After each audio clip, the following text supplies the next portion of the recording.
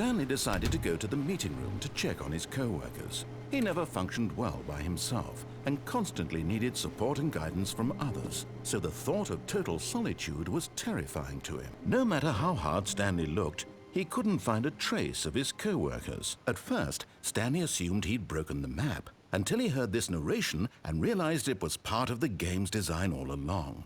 He then praised the game for its insightful and witty commentary into the nature of video game structure and its examination of structural narrative tropes. So, now that you're here, what do you think? Isn't this a fun and unique place to be? Why don't we take a minute just to drink it all in? Okay, I'm over it now. What do you think? Are you sick of this gag yet?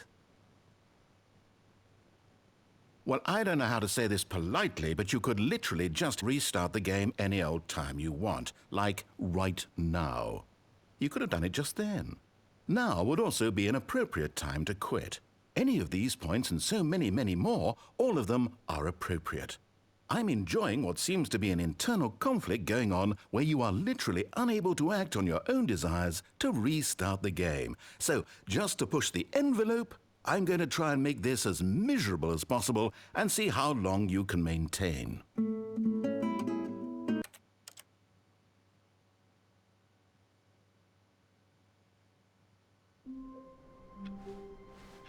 All of his co-workers were gone.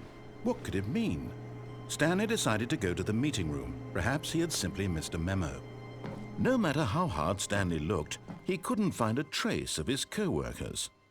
At first, Stanley assumed he'd broken the map, until he heard this narration and realized it was part of the game's design all along. He then praised the game for its insightful and witty commentary into the nature of video game structure and its examination of structural narrative tropes. So, now that you're here, what do you think? Isn't this a fun and unique place to be?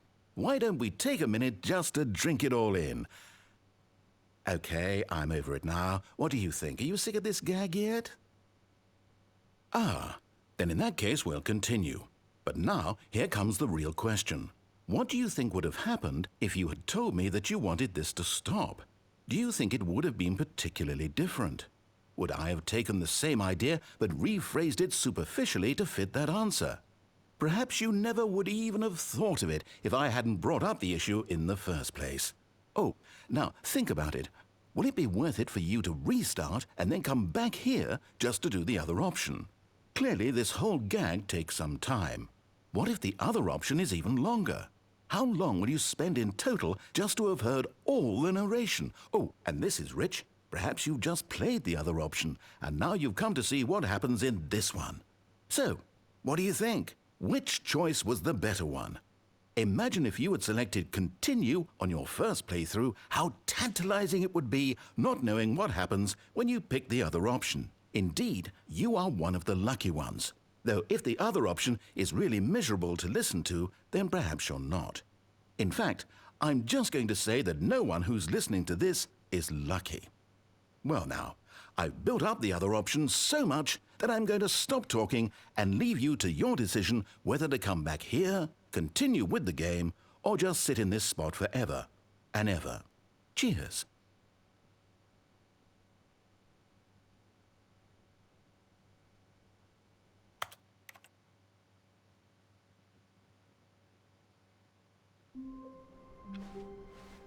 All of his co-workers were gone. What could it mean? Stanley decided to go to the meeting room. Perhaps he had simply missed a memo.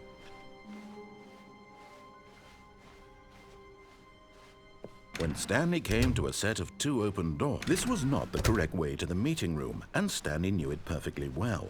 Perhaps he wanted to stop by the employee lounge first, just to admire it. Standing now in this incredible room, Stanley for the first, but eager to get back to business, Stanley took the first open door on his left. Stanley was so bad at following directions, it's incredible he wasn't fired years ago.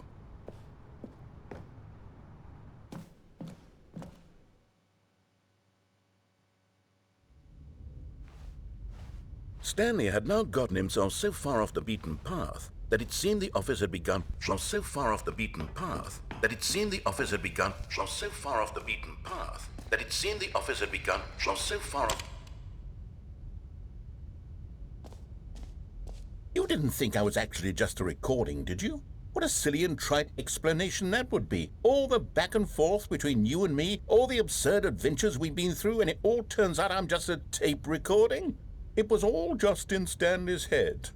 I bet that's the kind of twist you think is revelatory. I bet each and every time you watch a movie where it turns out all to be in the main character's imagination, you must absolutely bolt off the couch in pure shock at the phenomenal and intricate storytelling. It must be so simple to be you. Life being an unending waterfall of surprises and delights. How much more exciting you must find the world than the rest of us do. Now I've become sad. Look what you've done to me. This is all your fault.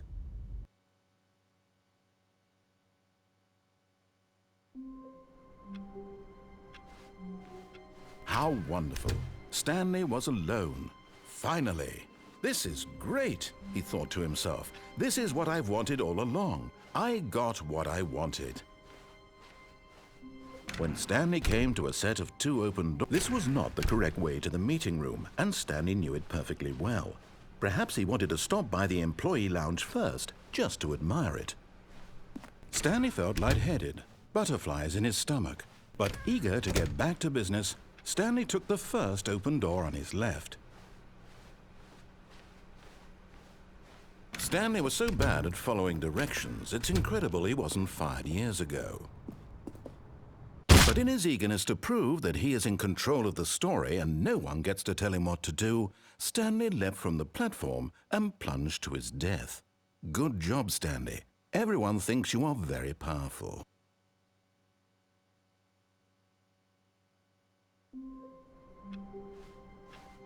All of his co-workers were gone. What could it mean? Stanley decided to go to the meeting room. Perhaps he had simply missed a memo.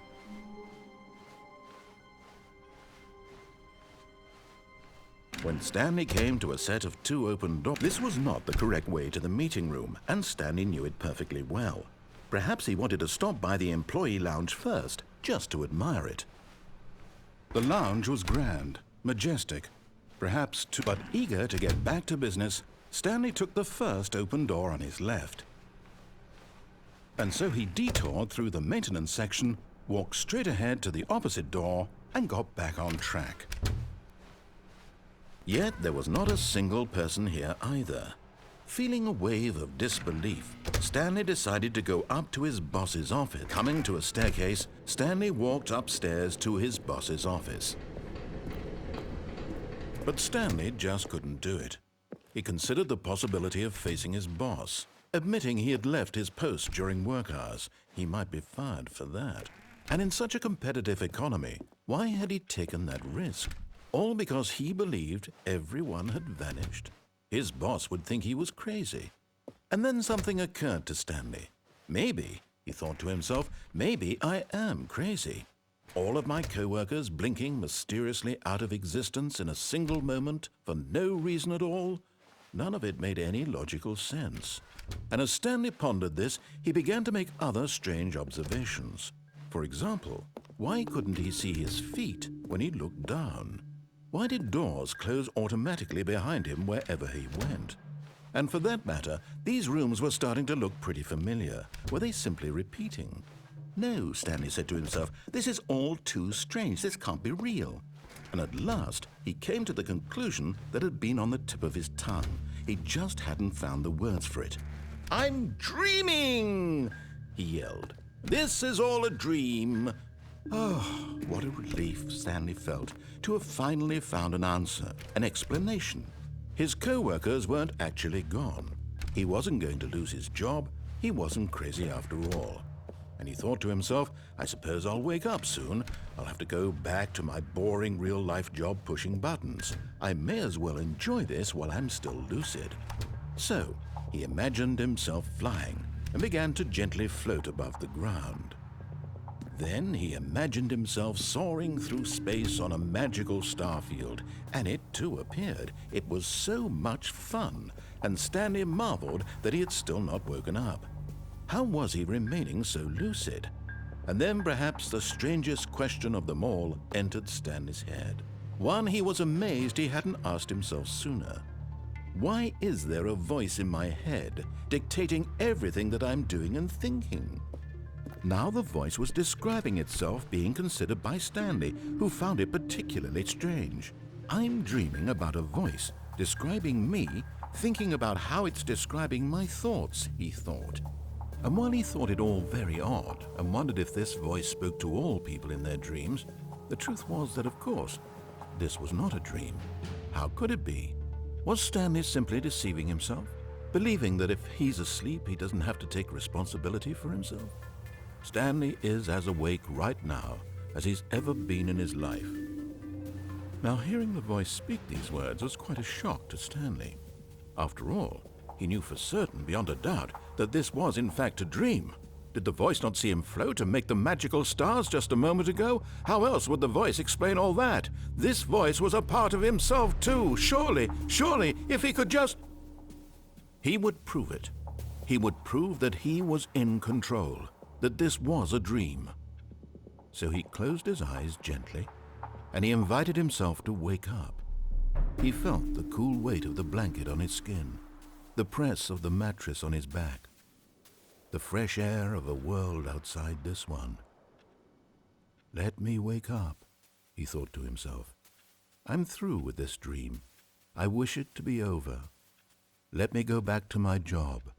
Let me continue pushing the buttons. Please, it's all I want.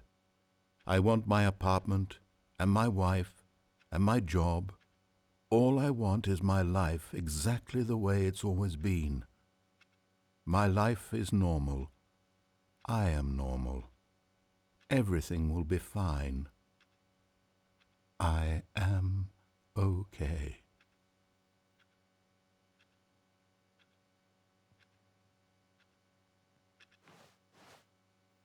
Stanley began screaming.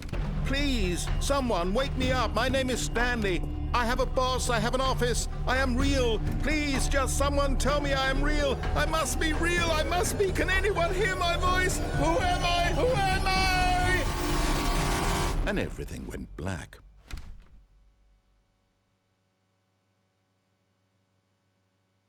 This is the story of a woman named Mariella. Mariella woke up on a day like any other. She arose, got dressed, gathered her belongings, and walked to her place of work. But on this particular day, her walk was interrupted by the body of a man who had stumbled through town talking and screaming to himself, and then collapsed dead on the sidewalk. And although she would soon turn to go call for an ambulance, for just a few brief moments, she considered the strange man. He was obviously crazy. This much she knew. Everyone knows what crazy people look like. And in that moment, she thought to herself how lucky she was to be normal. I am sane. I am in control of my mind. I know what is real and what isn't. It was comforting to think this, and in a certain way, seeing this man made her feel better. But then she remembered the meeting she had scheduled for that day. The very important people whose impressions of her would affect her career, and by extension, the rest of her life. She had no time for this, so it was only a moment that she stood there, staring down at the body. And then she turned and ran.